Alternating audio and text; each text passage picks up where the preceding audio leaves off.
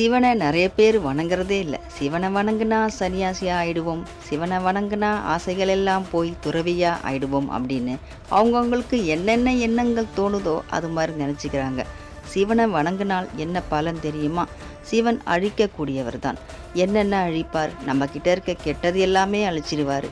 உடலில் என்ன நோய் இருந்தாலும் அழிஞ்சிடும். மனசில் என்ன கெட்ட எண்ணங்கள் இருந்தாலும் அழிஞ்சிடும்.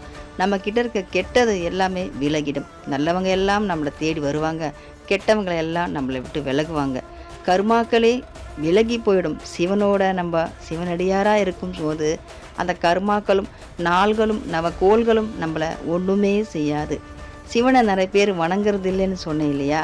சிவனை வணங்குறதுக்கும் சிவனோட அனுமதி இருந்தால் மட்டுமே சிவனை வணங்க முடியும். அவர் நினைக்கணும், இந்த பக்தன் என்னை வணங்கணும்னு அந்த மனுஷன் சிவன் என்னும் ஒருத்தர் முடிவு பண்ணாதான் நம்ம